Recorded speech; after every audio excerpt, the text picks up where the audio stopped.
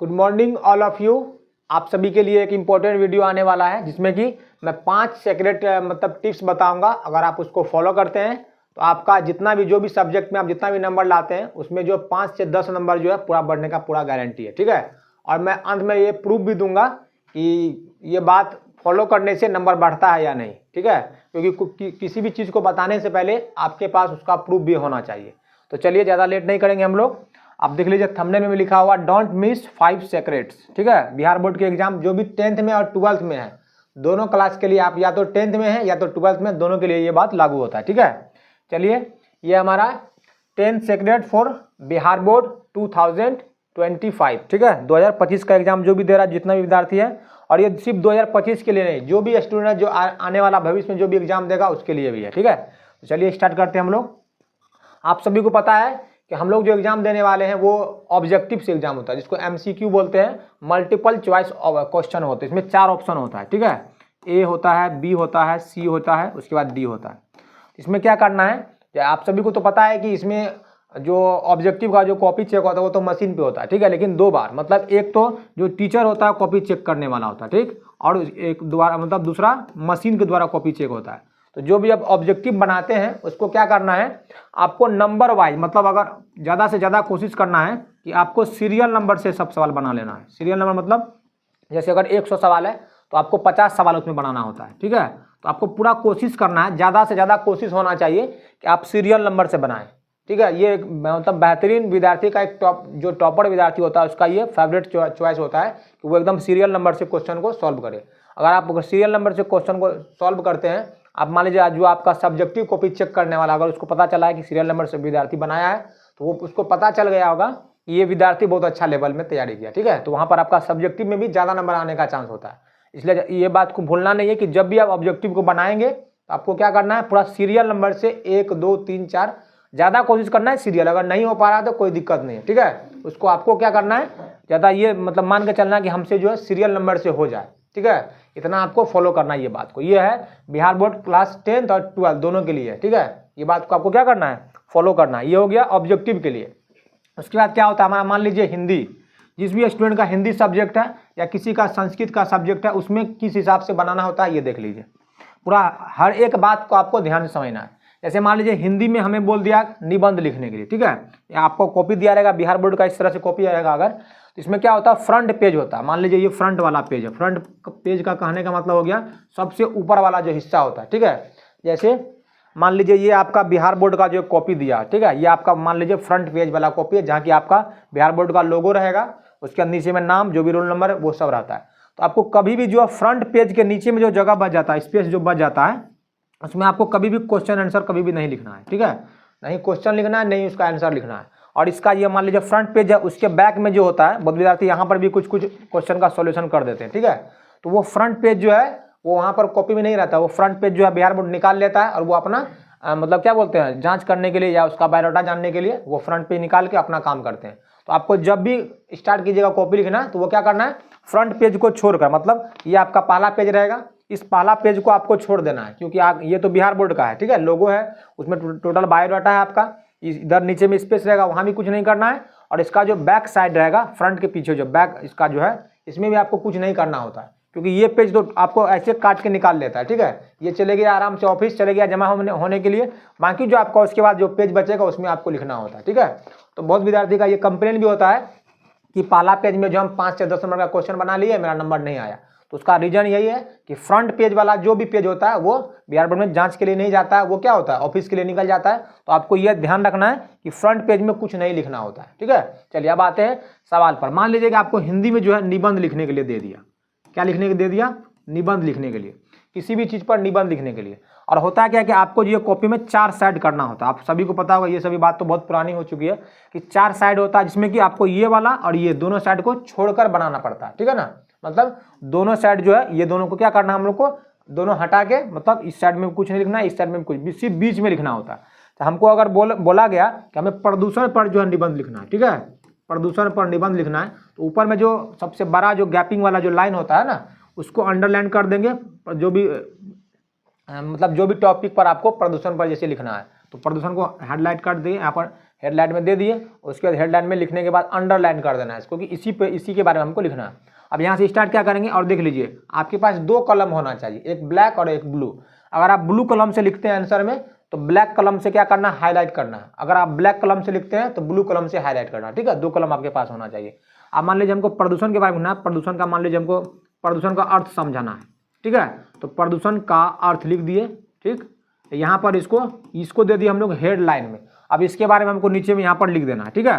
प्रदूषण से क्या हानि होती है, अगर हमें हानि के बारे में बताना है, यहाँ पर भी हम लोग यहाँ पर अंडरलाइन करेंगे और यहाँ जो आप देख रहे हैं इसके बाद से यहाँ हम लोग लिखना स्टार्ट करेंगे, ठीक है। उसके बाद जो इंपॉर्टेंट पॉइंट सब है प्रदूषण के बारे में, इसका क्या हानि है, इसको कैसे रोकना है, रोकने का क्या उपाय है, ठीक है, इसको भी आपको अंडरलाइन कर लेना है, इसके बारे में लिख देना है। ये हो गया आपको बेस्ट नंबर दिलाने का तरीका। अगर आप इस तरह से हाईलाइट करके लिखते हैं तो बिना कॉपी, सिर्फ कॉपी दूर से देखने से उसको पता चल जाएगा कि विद्यार्थी में क्वालिटी है और इस हिसाब से लिखा है, मतलब विद्यार्थी अच्छे ढंग से पढ़ लिख के आया, ठीक है।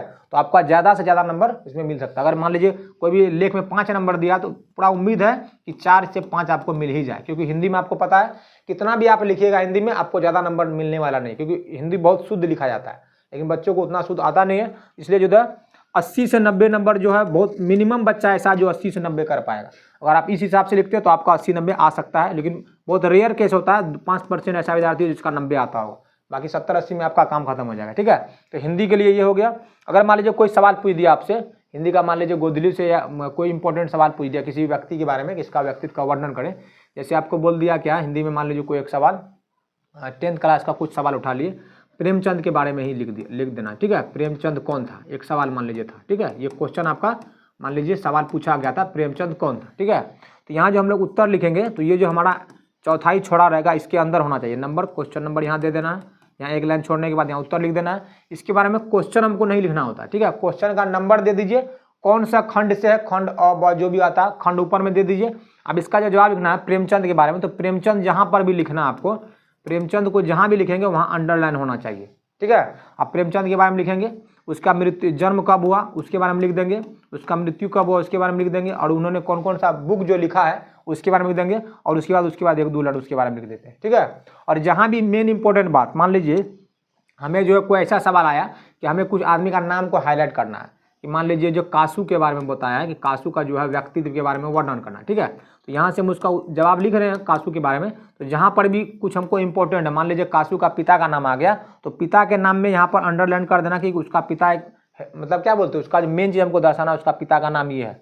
मान लीजिए उसका जो है कासू का नाम हमको दर्शाना है तो कासू के नीचे में कासू लिख दिए, उसके नीचे में क्या करना है आपको अंडरलाइन करना है, क्योंकि हमको दिखाना पड़ता है कि इस व्यक्ति के बारे में ही वर्णन हो रहा है, ठीक है। अगर उसका जन्म कहीं पर मान लीजिए लिखना है तो जन्म के नीचे में भी अंडरलाइन करना होता है इसका जन्म का, क्योंकि जो भी बात लिखा रहता है मान लीजिए एक लाइन में सभी बात को लिख दिया जाएगा, अगर इसके बारे में एक लाइन लिख दिया जाएगा तो यहाँ पर पता नहीं चल रहा है कुछ खास क्या है। उस खास करने के लिए क्या, अगर आप वहाँ पर अंडरलाइन कर देते हैं उसको कोई भी चीज़ को बताने के लिए, जैसे कासू को बताने के लिए अंडरलाइन किए हैं तो सब कुछ पढ़ेगा, लेकिन कासू पर विशेष नजर आ जाएगा। उसका कारण क्या है कि ये अंडरलाइन किया हुआ, ठीक है। तो सब तो लाइन में लिखा हुआ, लेकिन इस पर विशेष ध्यान क्यों गया, क्योंकि यहाँ अंडरलाइन किया हुआ, तो इसलिए इसको ज़्यादा से ज़्यादा ध्यान देकर उसको देखेगा कॉपी चेक कर, ठीक है। उसके बाद होगी ये जो जिस तरह से हिंदी में बात फॉलो होता है उसी तरह से संस्कृत में, मान लीजिए आपको पत्र बोल दिया लिखने के लिए, तो पत्र में स्टार्ट जो करते हैं तो पहला लाइन से स्टार्ट होता है, सेवा में श्रीमान, ठीक है। यहाँ पर श्रीमान देना है, प्रधानाध्यापक महोदय जो भी देते हैं, यहाँ पर जो है महोदय लिखेंगे और यहाँ से पेपर स्टार्ट होता है, ठीक है। उसके बाद डिटेल देंगे यहाँ पर, उसके बाद आपका आज्ञाकारी छात्र जो लिखते हैं बीच में लिखना, आपका आज्ञाकारी छात्र नाम जो है, ठीक है। उसके बाद ऐसे जो देते हैं ये आपको बीच में लिखना होता है, यहाँ पर आप उसका डेट दे देंगे, किस डेट को जो है आप वहाँ पर पत्र लिख रहे हैं, ठीक है। ये सब बात आपको ज़्यादा नंबर दिलाने का ट्रिक है, मतलब कि हर एक विद्यार्थी लिखता है एप्लीकेशन, विद्यार्थी क्या करता है एक ही लाइन में लिख दिया, सेवा में श्रीमान प्रधानाध्यापक महोदय, पूरा लिख रहा है कहानी की तरह। तो पत्र का जो फॉर्मेट अलग होता है, कहानी का फॉर्मेट अलग होता है। मान लीजिए आपको बोल दिया समरी लिखने के लिए, ठीक है, समरी में बोल दिया आपको श्रम विभाजन एवं जाति प्रथा का सारांश लिखे, मतलब कहानी को जो बड़ा है उसको छोटा रूप में लिखने के लिए। तो आपको क्या करना है, पहले श्रम विभाजन जो लिखे हैं, श्रम विभाजन और जाति प्रथा मान लीजिए लिख दिए, तो इसको क्या करेंगे अंडरलाइन करके, इसको अंडरलाइन करके यहाँ छोड़ देना है। अब इसके बारे में जो लिखना है हमको, तो सबसे पहले लिखना है कि श्रम विभाजन जाति प्रथा का लेखक कौन है, उस लेखक का नाम क्या है। अगर डॉक्टर भीमराव अम्बेडकर मान लीजिए नाम उसका, डॉक्टर भीमराव अम्बेडकर नाम है, तो इसके नीचे भी अंडरलाइन होना चाहिए, ठीक है। हर एक पॉइंट को, जो पॉइंट आपसे पूछा जा रहा है उस पॉइंट को और ईस्वी को क्या करना है अंडरलाइन करके ये दिखा देना है कि ये बात इंपॉर्टेंट है और इस मतलब ये जो जवाब लिखा गया इसमें ये नाम इंपॉर्टेंट है, ये साल इंपॉर्टेंट है। अगर इसके द्वारा कोई किताब लिखा गया अन्य क्या नाम थे इसका बुक का नाम, शुद्रक या ऐसे कुछ करके बुक का नाम है, ठीक है। तो जो भी उसका बुक का भी नाम लिख रहे तो आपको उसके नीचे में अंडरलाइन कर देना है, ठीक है ना। तो ये सब इंपॉर्टेंट बात है और ये सब को अगर आप फॉलो करते हैं तो हर एक सब्जेक्ट में आपका नंबर बढ़ने का पूरा गारंटी है। मान लीजिए सोशल साइंस का क्वेश्चन आ गया, ठीक है, सोशल में हिस्ट्री आ गया, आपको पॉलिटिकल साइंस आ गया, ज्योग्राफी आ गया, भूगोल, उसके बाद अर्थशास्त्र, इकोनॉमिक्स हो गया, ये सब जितना है उसमें क्या करना होता है। जैसे मान लीजिए हम लोग पहला वाला आपको चारों मतलब क्या बोलते हैं 5 जो सब्जेक्ट होगा 5 सब्जेक्ट, उसमें आपको खंड बांट दिया जाएगा। पहला इतिहास रहेगा, उसके बाद भूगोल रहेगा। तो हम जब भी स्टार्ट करेंगे बनाना तो जिस खंड से बनाना उसका नाम, जैसे मान लीजिए आप अगर इतिहास से स्टार्ट करते हैं 5 विषय का सवाल रहेगा उसमें, अगर आप इतिहास से स्टार्ट करते हैं तो पहले ऊपर में आपको यहाँ इस लाइन में कुछ नहीं लिखना है, पहले आपको इतिहास लिख देना है, ठीक है। और इतिहास से अगर सवाल बनाते हैं 5 सवाल है या 10 सवाल जो भी सवाल बनाते हैं आप, तो पहले आप इतिहास को खत्म कर दीजिए। ऐसा नहीं कि 2 नंबर का सवाल बना लिए इतिहास से और उसके बाद जो है पॉलिटिकल साइंस मतलब राजनीतिक शास्त्र से क्वेश्चन नंबर 8 बना लिए, फिर उसके बाद हम लोग अर्थशास्त्र से क्वेश्चन नंबर 13 बना लिए। तो ऐसे में क्या होगा, कॉपी चेक करने वाला को गुस्सा आ जाता है। क्यों? क्योंकि उसको आप जितना अच्छा से कॉपी दे देंगे बना के उतना अच्छा से वो चेक कर लेगा। अगर आप कॉपी में नौटंकी करते हैं, मतलब पहले इतिहास का 1 सवाल बना लिए, फिर उसके बाद भूगोल में गए 2 सवाल बना लिए, फिर पॉलिटिकल साइंस में आए 3 सवाल बना लिए, फिर आपदा प्रबंधन जाके 1 सवाल बना लिए, तो ऐसे में उसको क्या होता है बार बार क्वेश्चन देखना पड़ता है, पलटाना पड़ता है। तो उसमें उसको गुस्सा आ जाएगा। कोई भी आपको भी पता होगा कि कोई भी काम को अगर आप अच्छे से देते हैं किसी को करने के लिए सीरियल ढंग से, तो वो अच्छे से सब कुछ होने वाला है। अगर आप उल्टा पुल्टा करते हैं तो आपको पता है सही तरीके से लिखेंगे तब भी आपका नंबर काटा जाएगा। इसलिए कोशिश ज़्यादा करना है कि जैसे मान लीजिए इतिहास लिखें, इतिहास में अगर 5 सवाल का जवाब देना है तो पहले आप इतिहास का सब सवाल का जवाब दे दीजिए।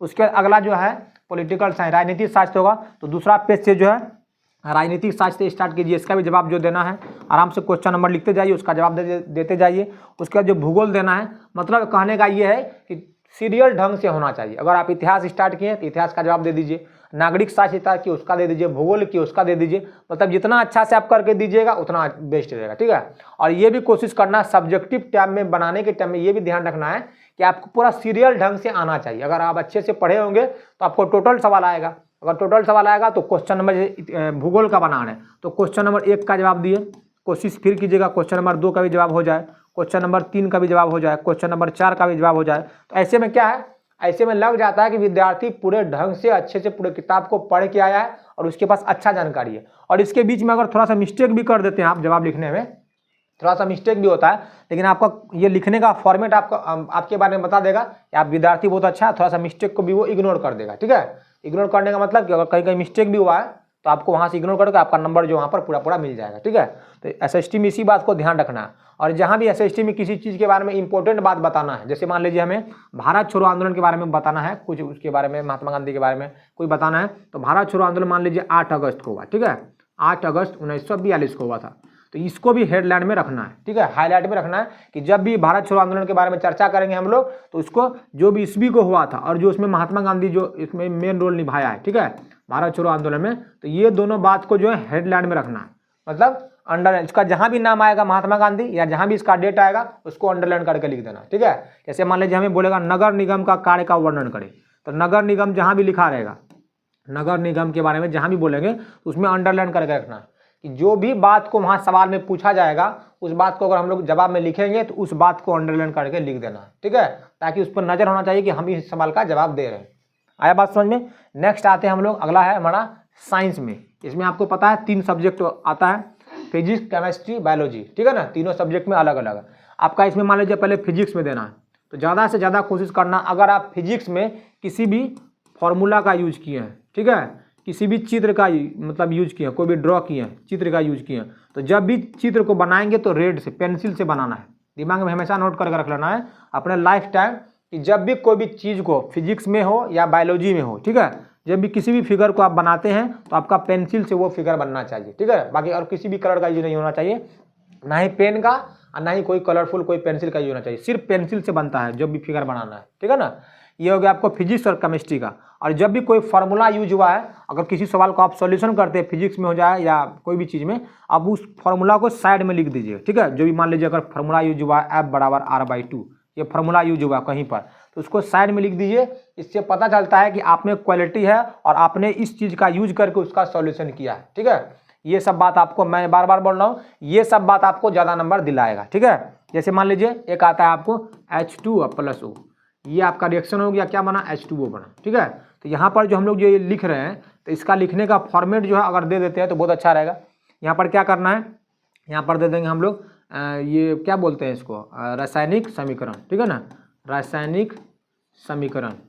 यहाँ पर क्या होता है, अगर आप अच्छे जानकार हैं तो ये दे देना आपको हाइड्रोजन क्या होता है, ऑक्सीजन। हाइड्रोजन जो है क्या गैस है, ऑक्सीजन क्या है गैस है, ये दोनों अगर संयुक्त करके मिलता है तो जल बनता है। ठीक है, कोष्ठ में क्या लिख देना है, जल लिख देना है। तो इससे क्या पता चलता है कि आप में थोड़ा बड़ा साइंस को लेकर जो है थोड़ा नॉलेज है और आपको पता है कि H2O जल बन गया है, हाइड्रोजन ऑक्सीजन का संयोग होकर जल बनता है। और ये कौन सा अभिक्रिया है, अगर साइड में लिख देते हैं ये संयोजन अभिक्रिया है तो और बेस्ट रहेगा आपके लिए, क्योंकि आप इतना जानकारी दे रहे हैं कॉपी चेकर को कि आपके बारे में उसको पता चल रहा है कि आप जो थोड़ा सा अच्छे से नॉलेज रखते हैं। ठीक है, क्योंकि यहाँ दो संयोग करके बना है तो संयोजन अभिक्रिया हो जाता है। ये सब बात अगर आप लिखते हैं तो आपका जो नंबर ज़्यादा चांस है ज़्यादा आने का। ठीक है, उसके बाद आपका हो गया नेक्स्ट है हमारा गणित। ये सबका फेवरेट होता है, जिसको अच्छा है उसका फेवरेट है, और जिसको समझ में नहीं आता उसके लिए सबसे मुश्किल का है। इसके बारे में हम थोड़ा सा अच्छा से डिटेल से बता रहे हैं, उसको आपको ध्यान में रखना है। मान लीजिए कि मैथ का कोई सवाल सॉल्व कर रहे हैं। ठीक है, उसमें मान लीजिए आपका त्रिभुज का कोई सवाल आ गया, उसमें आपका थेल्स थ्योरम जो है लगने वाला था। ठीक है ना, थेल्स प्रमेय का यूज करके हम कुछ सवाल को सॉल्यूशन उसका हम कर रहे थे। तो जैसे मान लीजिए हमको सॉल्यूशन में मान लीजिए थेल्स का थ्योरम जो है आपको 6.1, ठीक है, मान लीजिए कोई थ्योरम था, आपको ही पता होगा कि 6.1 में कौन सा है, थेल्स थ्योरम है। अगर कोई भी सवाल को हम लोग यहाँ बता रहे हैं, कोई भी सवाल हमको दे दिया है कि AB बराबर जो है इतना था, उसके बाद D बराबर इतना था, लिख रहे हैं। अगर उस सॉल्व करने के टाइम में जो भी इसका आंसर आएगा, जहाँ हम उसका सॉल्यूशन दे रहे हैं तो उसके साइड में जो है जरूर से ये बात दर्शा देंगे कि थेल्स प्रमेय 6.1 से। ये बात आपको इतना फायदा देने वाला है कि आप इसका अंदाजा नहीं लगा सकते। क्यों, ये सवाल जो दिया है ये सिर्फ वो सवाल दिया था, लेकिन आप जो उसको उसके बारे में पूरा डिटेल बता दिए, ये थ्योरम से ये सवाल पैदा हुआ। इसका कहने का मतलब है कि आपके पास इतना नॉलेज है कि इसको आप सॉल्व भी किए होंगे। या देखिए ये बात लिखने से कितना बात उसको समझ में आता है कि आप इसके बारे में सबसे पहले तो जानकारी है आपको, आप इसको प्रूव भी किए हैं, आप इसको सवाल भी बनाए और आपको याद भी है कि थेल्स थ्योरम 6.1 में आता है।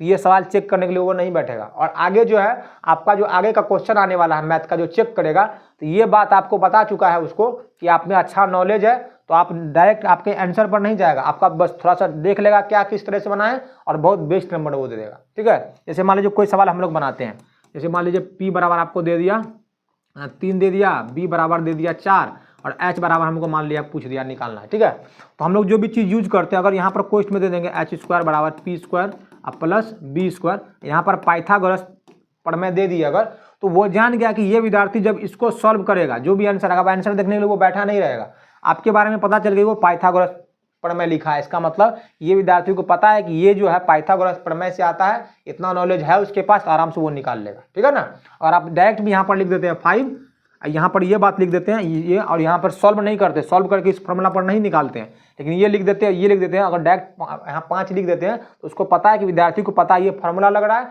और पाइथागोरस थ्योरम को वो प्रूव करके आया, इसलिए उसको पता है 4 3 के साथ 5 होता है। ठीक है, तो ये सब आपको बहुत ज़्यादा फायदा देने वाला है। और जब भी कोई सवाल को बनाते हैं, जैसे मान लीजिए कोई सवाल ऐसा आ गया, वृत्त का क्षेत्रफल बोल दीजिए आपको निकालने के लिए, वृत्त का क्षेत्रफल। ठीक है ना, यहाँ पर आपको दे दिया R जो है 7 सेंटीमीटर, आपको बोल दिया आपको क्या करना है, जब भी हम लोग क्षेत्रफल निकालेंगे तो जो फॉर्मूला है, फॉर्मूला को लिखे, क्या होता है πr² होता है, तो फॉर्मूला को अंडरलाइन करेंगे और ये जो फॉर्मूला लिखिएगा आप उसका अलग कलम से लिखना है। ठीक है, और ये बीच में नहीं लिखना है। जैसे सवाल यहाँ हम बना रहे हैं वृत्त का क्षेत्रफल क्या होता है, तो πr² होता है। ठीक है, तो यहाँ पर जो हम लोग साइड में कॉपी का यहाँ लिख देना है वृत्त का क्षेत्रफल और उसको अंडरलाइन कर देना है और उसके बाद घेर देना है दूसरा कलम से, ताकि हमको नजर आ जाए इस थ्योरम, इस जो है फॉर्मूला का यूज करके इसको हम सॉल्व किए हैं। और यहाँ पर जो आप पाई का वैल्यू 22/7 लिखे हैं, तो यहाँ पर कोष्ठ में भी लिख देना आपको कि पाई का वैल्यू 22 क्या होता है, 7 होता है।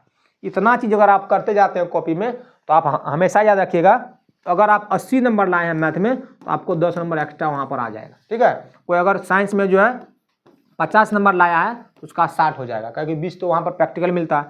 कोई अगर हिंदी में 70 नंबर लाया उसका 80 हो जाएगा। मतलब कहने का ये सब ऐसा ट्रिक है, अगर आप इसको आजमाते हैं अपने कॉपी में, आपका पूरा गारंटी के साथ जो आपका नंबर 5 से 10 नंबर पूरा बढ़ेगा।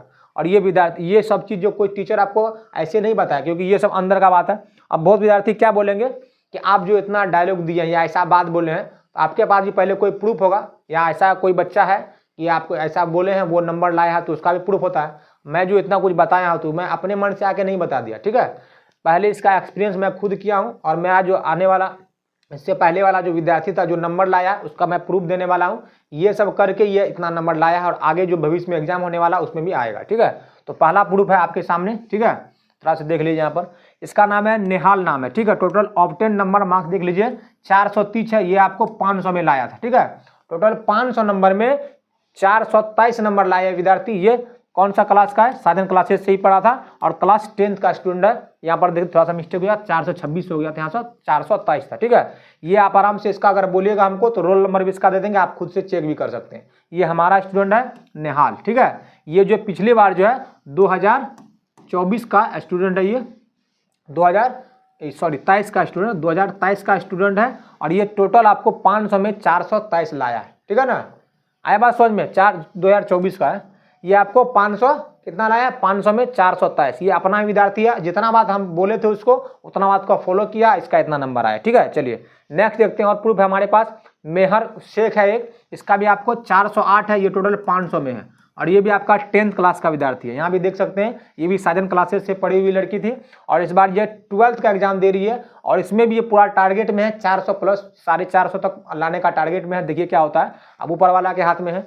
ये भी जितना बात हम बताएं उसको फॉलो किए, और उसका रिजल्ट आपके सामने है कि 408 नंबर, और ये 400 नंबर या 408 या 420 या 428 जो है, ये मामूली बात नहीं होता बिहार बोर्ड में लाने का, ठीक है। आप अगर CBSE में पढ़ते तो ला सकते हैं, लेकिन बिहार बोर्ड में आपको पता है कि नसीब पर भी होता है, और ये इतना नंबर लाने के लिए बहुत ज़्यादा मेहनत की जरूरत है, ठीक है। उसके बाद और विद्यार्थी हमारे पास 408, ये भी आपका 500 में लाया गया विद्यार्थी है। ये छोटा संस्था जरूर है, ये हम लोग यूट्यूब पर नए जरूर हैं, लेकिन हमारा जो क्या बोलते हैं साम्राज्य जो है थोड़ा नीचे से गहरा है थोड़ा, ठीक है। आपको ये छोटा मोटा बात नहीं बता रहे, बहुत इंपॉर्टेंट बात बता रहे हैं। 408 नंबर लाया है 500 में, थोड़ा सा मिस्टेक हो गया था जिस दिन मैथ का एग्जाम में, थोड़ा सा नर्वस हो गया था ये विद्यार्थी, नहीं तो इसका जो मैथ में सिर्फ 90 से 95 नंबर आने वाला था, लेकिन कुछ पर्सनल इशू के कारण जो इसका थोड़ा सा कम नंबर आया था। बाकी नंबर तो ठीक है, 500 में 408 बहुत बेहतरीन नंबर है। और उसके बाद ये क्लास 10th का है, साजन क्लासेस का विद्यार्थी है ये, ठीक। उसके बाद देखते हैं एक है सलमा खातून, इसका देख लीजिए क्लास 12th का विद्यार्थी है। सिर्फ हिस्ट्री में जो है 96 नंबर लाई थी, 100 में 96। ये भी जो कोई मजाक का बात नहीं होता, ठीक है। 100 में 96 नंबर कोई मजाक का बात नहीं होता। क्लास 12th का ये विद्यार्थी है, ये भी साजन क्लासेस से पढ़ी हुई लड़की है, ठीक है। तो ये हम जितना भी बात बोले हैं पीछे, मेरे पास ये प्रूफ है, जिसको लेना है रोल नंबर आराम से चेक भी कर सकते हैं। मैं सबको प्रूफ के साथ यहाँ पर आपको मतलब क्या बोलते हैं एविडेंस देके मैं अपना बात प्रूफ करवा सकता हूँ, ठीक है। तो जितना भी बात बोला गया आप उस पर टोटल अमल करें। और ये जितना भी स्टूडेंट था सब साजन क्लासेस का स्टूडेंट है, ठीक है। पहले जो है ये तैयारी हुआ है, जितना बात बोले सबको फॉलो किया, और उसके बाद ये नंबर लाया गया। इस बार भी फिर 12th का 10th का रिजल्ट आएगा, वो सबको मैं कोशिश करूंगा कि मतलब यूट्यूब पर अपने डालने का। तो जितना बात बताया गया सबको फॉलो कीजिए, और सब कुछ मतलब ज़्यादा से ज़्यादा नंबर आपका भी आएगा। और दो जो सेक्रेट बात रहेगा, ठीक है, और दो सेक्रेट बात रहेगा, मैं 1 से 2 मिनट का वीडियो बनाऊंगा, उसमें बहुत इंपॉर्टेंट जो किसी को विद्यार्थी को ज़्यादातर पता नहीं होता है वो मैं बात बताऊंगा, ठीक है। लेकिन इस वीडियो के बाद अगर इस पर अच्छा लाइक कमेंट आ गया तो जरूर मैं वो वीडियो को अपलोड कर दूंगा, ठीक है। इतना कहकर मैं इस वीडियो को समाप्त करता हूँ। जय हिंद, जय भारत।